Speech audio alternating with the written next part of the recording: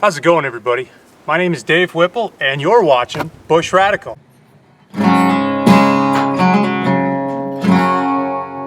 One of the very first videos I did was a review of this guy. This is the Condor Hudson Bay.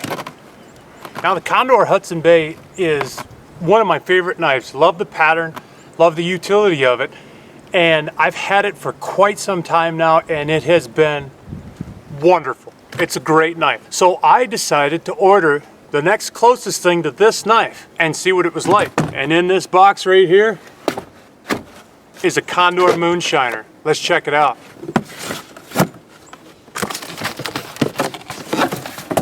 Woo! Now I bought this used off eBay, and as opposed to the guy just shipping it in this box, he decided to put it in this thing. But hey, you know, it's his money, so whatever. So there it is. Now why did I get this knife? I got this knife because this knife is probably the closest to the Hudson Bay, but it's got some different things going on. So first off, like every Condor knife, it's got a good sheath, the dangler style sheath. And believe it or not, I've done a ton of hiking with this single rivet dangler, have not had a problem at all. You think, man, if that rivet breaks, I'm screwed, but haven't had that problem yet. That's a nice knife.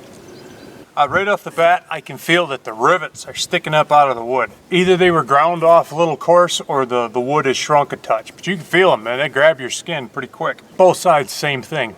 Those guys they're all sticking up enough that you can get a fingernail on them.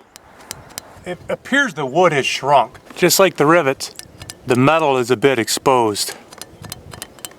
It's sticking out on both sides beyond the wood. This is a big chopper. Even more so than the Hudson Bay. It's a little bit longer. It feels a little more weight forward even. I can see where this is going to be nice to chop with. I'm 6'2" and 225 pounds, so I'm a big guy. I got big hands. And this handle, it's got plenty of space. This little curl on the end, I can feel that grabbing my hand as I chop with it. If you're gonna chop, that's pretty nice. Makes it want to stay in your hand. I do think that this swell in the center is maybe a little bigger than it needs to be. I might dial that in a bit. The handle on this has just more room than you'd need even.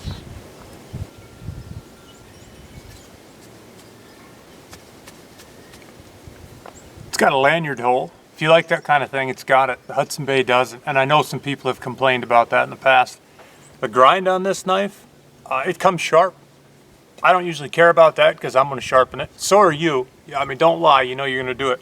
As soon as you get a knife, you're gonna dial it in the way you want. This is 1075. It's polished up nice. You know, it's kind of a brushed finish. It's not mirror polished. So first impressions right out of the box. Sheath is exactly what you would think it would be for a Condor. Nice thick leather. Everything is good on it. It's down in the snow here. It's got a real thick welt. It's standard Condor. The knife, it appears the wood handles shrink a bit. Maybe they're not dried as much as they should be before they're put on. Feel the rivets sticking out beyond the wood.